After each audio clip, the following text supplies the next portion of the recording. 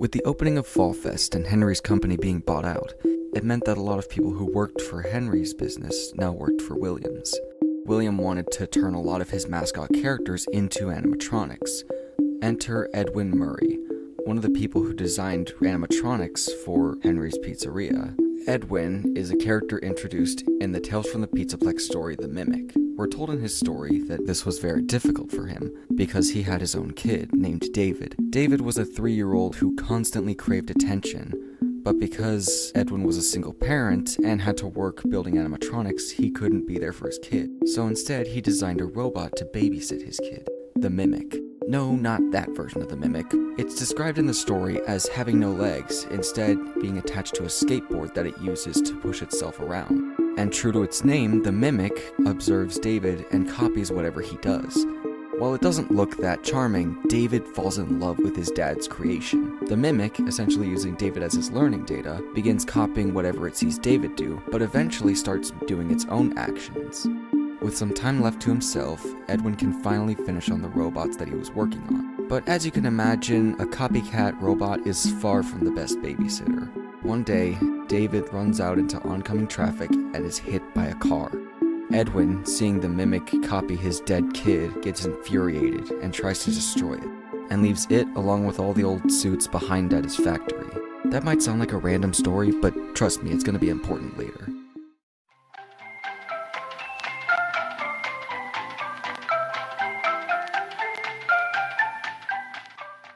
Meanwhile, with William and Henry, business was good.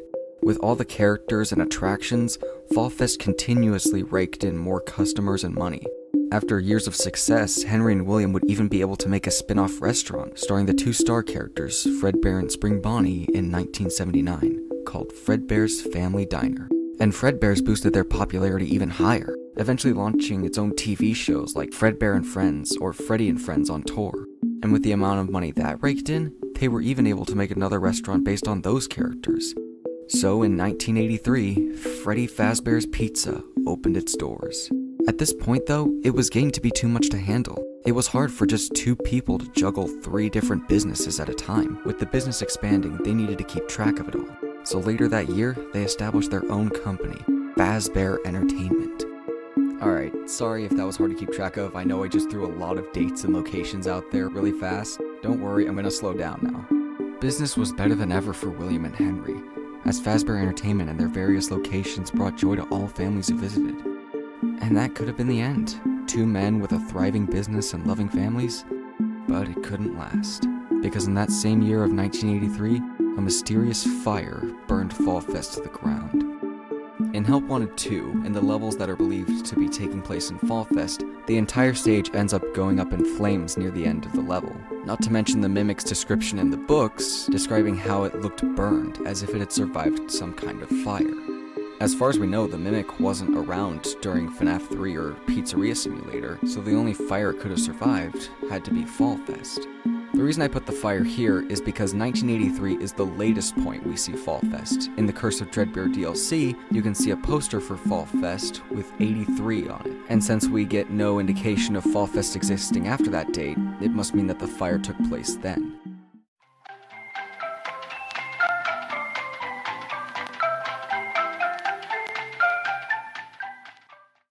Because of William's work with Henry, he had become more and more fascinated by animatronics and robotics.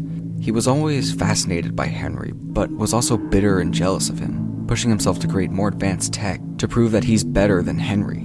We learn this through William's journal in The Silver Eyes. In the book, it says that William's journal was, quote, full of raving paranoia, passages about Henry that ranged from wild jealousy to near worship.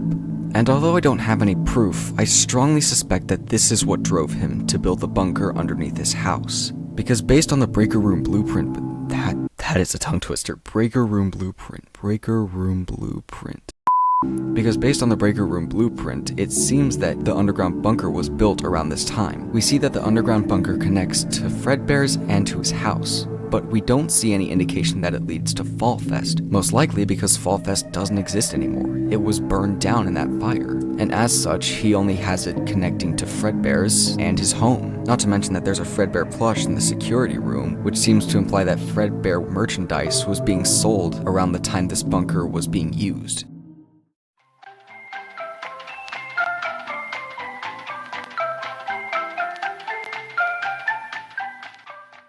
Around the time of Fredbear's, Henry and William tried to create more advanced animatronics, trying to find a way for their animatronics to interact with the kids and not just be stuck on stage, which led to them creating new suits called Springlock suits.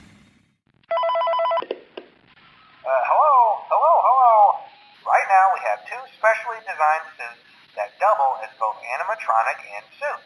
First we will discuss how to operate the mascots when they are in animatronic form.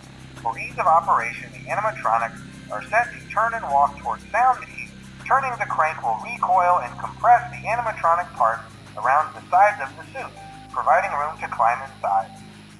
It was revolutionary technology for the business, but unfortunately it was also very risky.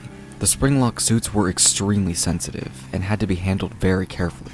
If anyone triggered the spring locks while someone was still inside of the suits, all the metal parts that were being held back would instantly snap and be driven into the person's body. Make sure the spring locks are fastened tight to ensure the animatronic devices remain fixed. Please ensure that the animatronic parts are tightly compressed and fastened by the spring locks located around the inside of the suit. Try not to nudge or press against any of the spring locks inside the suit. Do not touch the spring locks at any time. Do not breathe on the spring locks, as moisture may loosen them and cause them to break loose. In the case that the spring locks come loose while you are wearing a suit, please try to maneuver away from populated areas before bleeding out, as to not ruin the customer experience. But I'm sure it's fine. That would never happen, right? Right?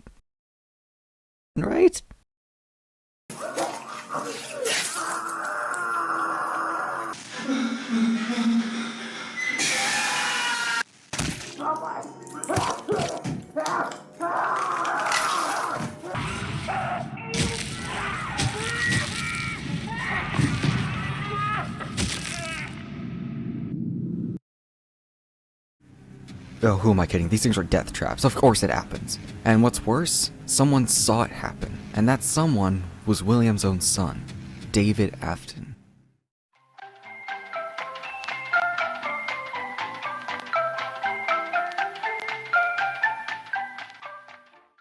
In FNAF 4, we see David, aka the Crying Child, clearly terrified of Fredbear's, and specifically the Springlock suits, which seems to imply he either saw someone get stuffed inside of a Springlock suit, or he saw a Springlock failure. But William doesn't really have a motivation to start killing kids and stuffing their bodies into the suits yet, so I think it has to be the latter option. He saw someone trigger one of the Springlock suits and cause it to fail, thus prompting his fear of the animatronics. But I think something else happened too. I think that the person who got springlocked by that suit became Shadow Freddy. Well, sort of. Let me explain.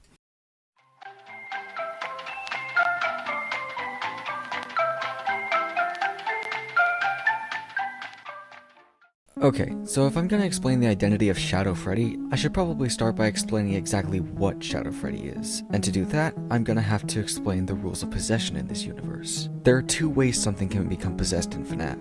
Remnant and Dark Remnant, also known as Agony. Remnant is when a soul becomes attached to the metal of the animatronic. The metal infused with the soul is then Remnant. In the books, they actually take it one step further, where William Afton melts all of the FNAF 1 endoskeletons into a silver liquid. He then injects that liquid into the Funtime animatronics to power them with the original souls. So Remnant refers to the metal that has been infused with the soul.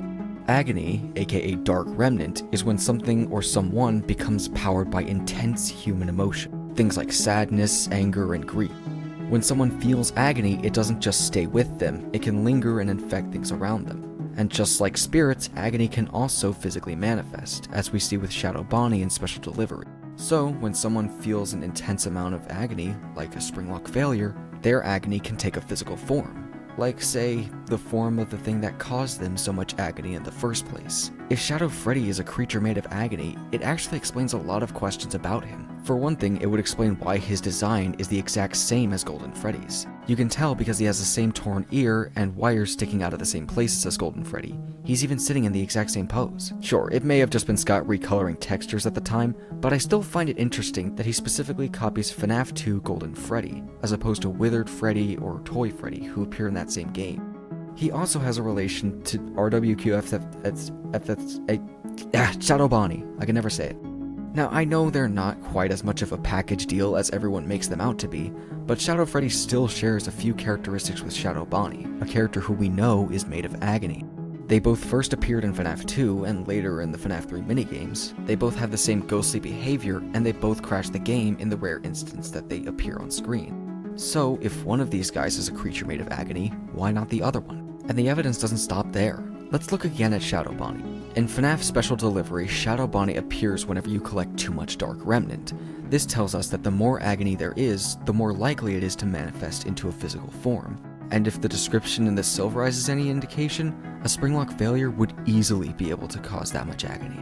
It would also explain how Shadow Freddy knows about the safe room. In FNAF 3, Phone Guy tells us that the safe rooms existed at the same time as the Springlock suits. As always, if there is ever an emergency, please go to the designated safe room. This room is hidden to customers, invisible to animatronics, and is always off camera. Which is why none of the other animatronics can enter the room. Based on their programming, they're not able to see it, but Shadow Freddy is. You can even see his body in the back room with the tufts of hair sticking out. And I know what you're gonna say. If there was a Springlock failure at Fredbear's, wouldn't that cause the place to close down instead of the Bite of 83?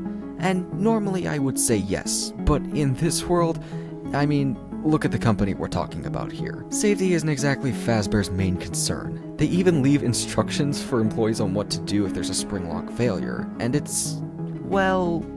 In case that the spring locks come loose while you are wearing a suit, please try to maneuver away from populated areas before bleeding out, as to not ruin the customer experience.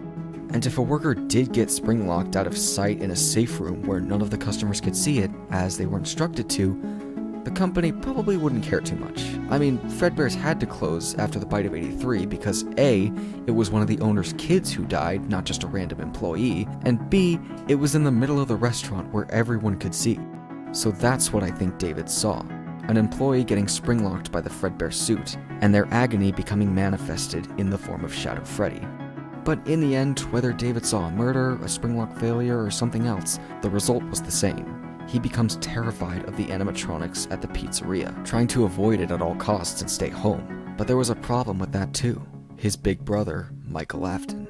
Michael was far from a caring older brother, scaring David with his foxy mask, constantly leaving him behind, making him walk home by himself. Because William was so busy with his own work, he left Michael in charge of his little brother. He never got to do anything he wanted to. It was always about David. It wasn't fair. So he had an idea. Michael had seen how his wimpy little brother was so afraid of some silly mascots. So he figured he would help his little brother toughen up a bit. And on David's birthday, he decided to pull a little prank on his brother. Back up from the stick. Hey guys, Peter. I think the little man said he wants to give Fredbear a big Don't kiss. mess with that kid. On 3. Kid. 1, 2. Please, Darren, I'm scared.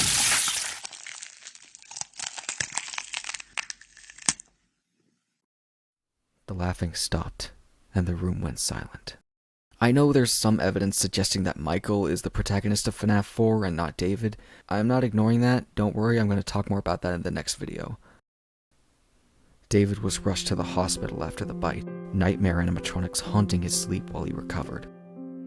Michael tried to apologize one last time, but it was pointless, and William, with tears in his eyes, uttered 6 words to his dying son. I will put you back together.